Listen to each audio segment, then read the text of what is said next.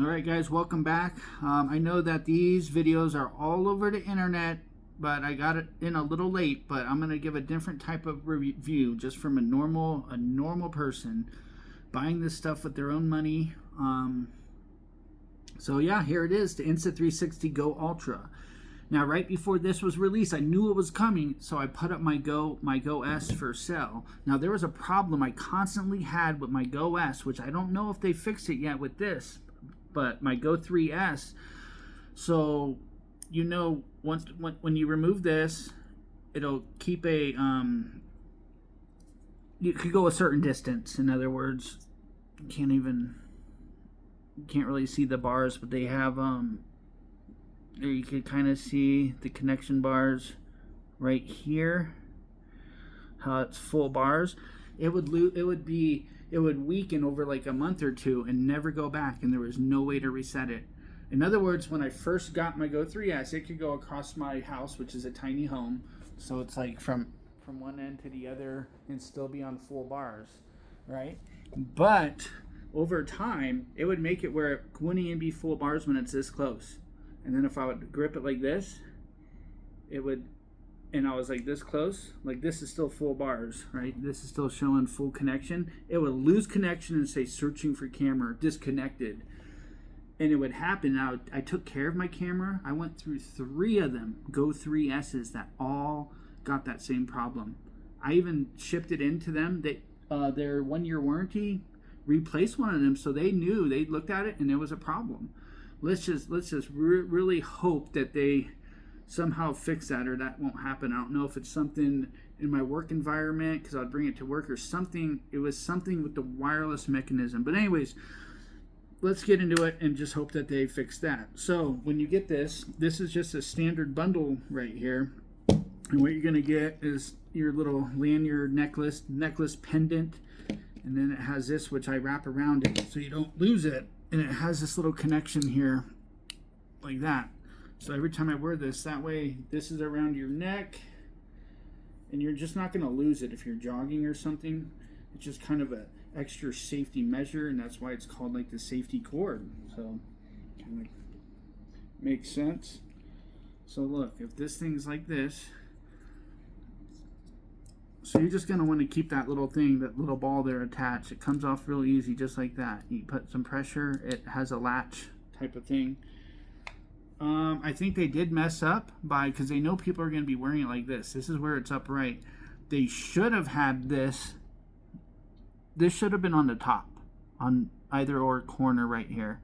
That way, it's like this, because when it's like this, it could, imagine you're jogging and this thing just kind of flaps in front of it, if that makes any sense. You see, if it was coming from the top, you would have it tightened for how you want. But anyways, okay, enough of that. That's about one of the only nitpicks I have so far with this. And this little thing was so hard to get on there. I had to use a thumbtack. But anyways, the camera itself, it really feels premium. It really does. It has that quick release mechanism, and of course they made it proprietary, where you have to get brand new ones. The S3 one's not gonna work for all the mounts, which is not good. But I sold all my stuff, everything with the S3, so I would have had to rebuy it anyways. So I'm not at a loss really so much with that, but most other people are, who haven't sold their Go 3S and decided to upgrade. It also comes with a handy little, does that go on there? Oh, that goes on there good like that. There we go, the little hat mount. So that thing seems pretty safe. I don't think you're going to need the cord like that. That'd be real funny hanging from, I don't know how it'd work.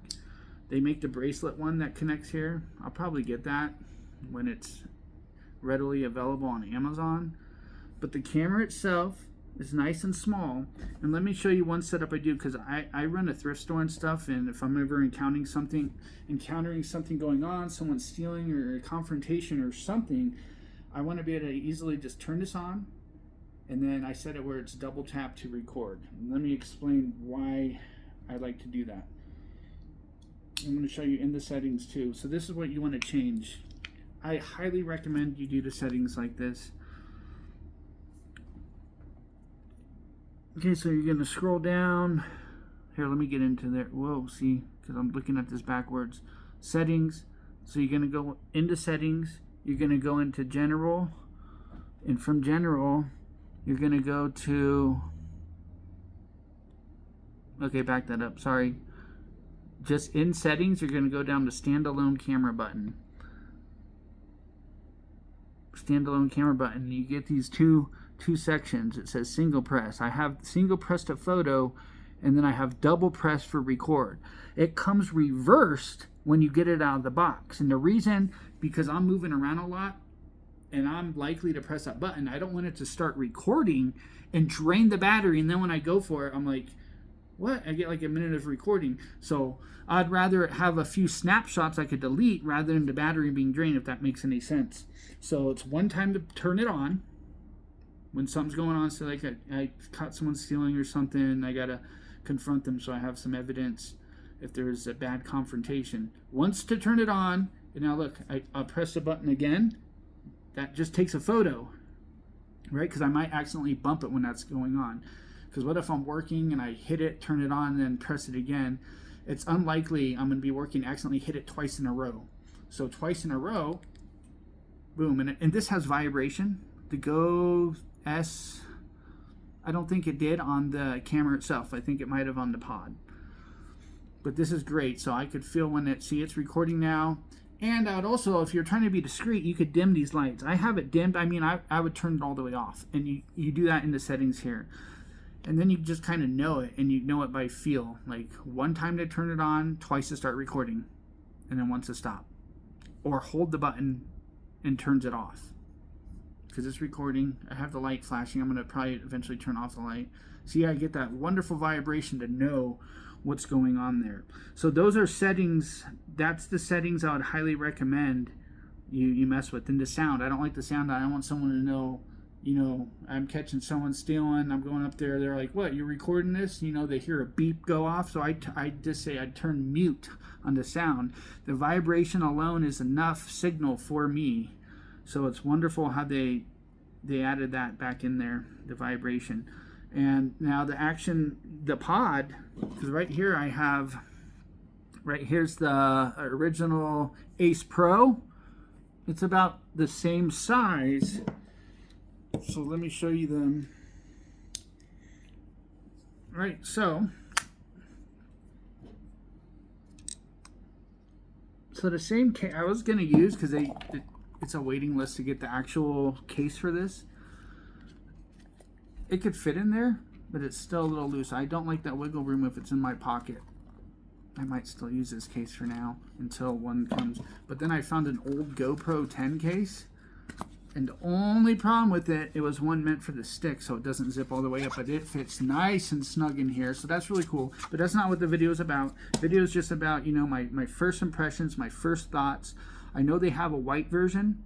White looks cool, but I'm so glad I got the black version. Just it's easier to make discreet, and not only that, it's not going to get all filthy and dirty where you're trying to, you know, clean it up all the time. And what's really also really cool, and so they got rid of the integrated memory, so now you actually just put in memory cards. And I actually had a 1 terabyte fast speed SanDisk laying around. SanDisk, not Ultra, SanDisk Extreme. Perfect. I got 1 terabyte. I'm probably never going to have to worry about that again. So that was really awesome how they actually integrated the card reader in there, and that's the way that it works. It's funny, before this came out, I thought the card reader would be on this, and then maybe some internal memory on the camera. You know, they really could have done a lot more. They could have made this, like other people have said, they could have made this waterproof. The whole thing. Obviously the camera, you could go 10 meters, not 10, yeah, 30 feet approximately. Approximately 30 feet, but they're going to make dive cases for both of these. Now that it has that battery door, honestly, that gets me a little nervous underwater. Anytime they have a door, like I never bring this because it has these 2 doors that open up. That was one thing I did like about the Go 3S, is it was all sealed up. It was like no compartments you can open up. I didn't worry about something not being latched properly or water somehow seeping in with too much pressure, or who knows. I mean, yeah, it's kind of hard to open this. You know, you just push it up and it's like, really, that thing is that water sealed? You know what I mean? I mean, You're looking at that right there. I'm just not going to open this again. Easy to close, kind of easy to open. It has the interchangeable lenses, which is great. Who wants to get a scratched up lens? And then I also highly recommend getting the FlexiCare. Paid to $27, I think. I just did it. I got it just in case it starts losing its connection in 5 months down the road. I'm getting a brand new one. I ain't gonna play around with something so expensive. It's a little high price. You get what you pay for. They have cheaper options out there of no-name brands, but you do get what you pay for. There's a lot of wonderful hardware in this. So I'm being honest. I'm giving this a 4.5 out of 5, just with everything, how everything comes together. Real excited to finally have my hands on this, and I look forward to getting some of the accessories. I'm just going to have to be patient and for them to start popping up on Amazon. All right, guys, so I hope this video was just more insightful for you, to give you the deciding factor if you want to actually spend your hard-earned money on this. But it's a wonderful camera. If you do already have the Go 3S, is it an upgrade? Absolutely. Absolutely. Sell your Go 3S. Even if you're getting like $200 for it. I was lucky enough I got over $300 with accessories right before the price dropped on it too.